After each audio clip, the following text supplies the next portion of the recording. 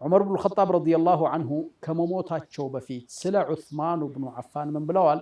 ኢኒ ላ አዕለሙ አሐደን አሐቀ ቢሃዘል አምሪ ሚን ሃኡላኢ ነፈሪ አለዚነ ትውፍየ ረሱሉላሂ ሰለላሁ ዐለይሂ ወሰለም ወሁወ ዐንሁም ራዲን።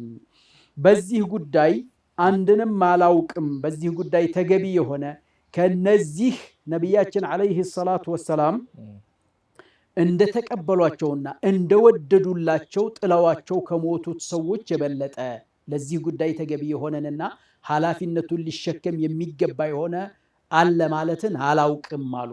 እነማን እንቆጠሩ እንዲህ አሉና ቢተኩም ሰሓባዎቹ ማለት ነው። እነዚህ ስድስቶቹ ነቢያችን ዐለይሂ ሰላቱ ወሰላም እንደወደዷቸው እንደተቀበሉላቸው ጥለዋቸው የሄዱት ሰሓባዎች ከነርሱ ውስጥ ማንኛውንም ቢተኩ ከኔ በኋላ ፈስመዑ ለሁ ወአጢዑ አሉ።